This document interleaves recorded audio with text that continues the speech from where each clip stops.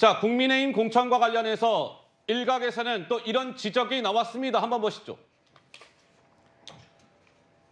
이게 공천이 말이에요. 세 가지가 없어요. 희생, 쇄신, 감동이 없는데 이제 이런 거죠. 국민의힘에 지금 3선 이상의 그 현역이 31명이랍니다. 그 가운데 이번에 컷오프가 된 의원은 김영선 의원이 아마 4선일 텐데 김영선 의원 1명뿐이라는 거예요. 그리고 현역을 교체한 비율을 보니까 90명 중에 14명에 불과하다.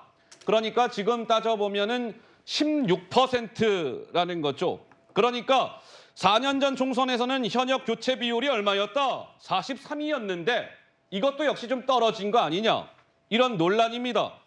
이것과 관련해서 한동훈 비대위원장 기자들의 이딴 질문을 받고 이렇게 설명을 이어갔는데요. 직접 한번 들어보시죠. 국민의힘에서는 현재 컷오프율이나 뭐 이렇게 현역 분들이 좀 살아남는 경우가 많아서 그나물의 그 밥이라는 비판가 좀 있는데 세술의 세부대라고 이재명 대표가 얘기했죠. 더 나쁜 물이 들어오는 거잖아요. 더 더러운 물이 들어오는 거잖아요. 그게 새물이 들어오거나 혁신이 아니죠. 구정물 같은 공천을 하고 있잖아요. 오히려 제가 결벽증 있게 하고 있지 않습니까? 신인계 현역 공패라는 거는 어떤 의미인지 잘 모르겠는데요. 공정한 시스템 공천을 하고 있다는 얘기는 어떤 특정한 성격을 가진 사람들이 우대받고 있지 않다는 뜻이 되거든요. 그러니까 그 말은 좀 오해가 있다고 생각합니다.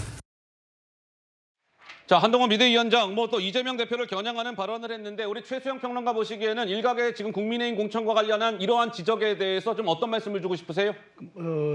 희생, 쇄신, 감동이 없다. 일각의 지적 일리 있습니다. 왜냐하면 뭐 현역 기계적으로 대비하면 현역의 교체 비율이 대단히 낮으니까요. 예. 그런데 저는 이렇게 보고 싶습니다. 저 희생은 장제원의 희생도 있었고, 장제원. 그다음에 예. 많은 사람들이 지금 또 초선 불출마하는 사람들도 있었어요. 그다음에 쇄신 없다고 하는데 제가 아까 말씀드렸잖아요. 민주당에서의 우리 전향 인사들, 그다음에 운동권 인사들, 시민단체 인사들 다 같이 해서 꾸리는 이른바 쇄신 인사를 하지 않았습니까? 뭐 감동이 없다까지 제가 말씀드린 거라서 예. 저는 오히려 민주당이 무통합이고 무원칙이고 무목표 같은 그런 공천하고 있지 않습니까? 그래서 저는 이제 일각에서는 한동훈 위원장에 대한 공천에 대해서 여러 가지 문제 논란을 제기하고 있지만 저는 이기는 공천, 명분 있는 공천 하겠다고 했기 때문에 저는 그래서 이번 총선의 목표는 그겁니다. 예? 지난 2년간 윤석열 정부가 거대 야당의 발목 잡혀서 아무것도 못했던 이걸 치욕을 되풀이하지 말자. 반드시 일당이 되어서 우리가 한번 이겨서 우리가 한번 국정을 우리가 자체적으로 운영해보자. 그 목표가 지금 한동훈 위원장의 머릿속에 가득한 것 같아요. 그래서 예? 그렇게 승리를 위한 전략으로 해석해 주시면 될 것 같습니다. 자, 우리 장유미 변호사님 한 말씀 듣고 가죠.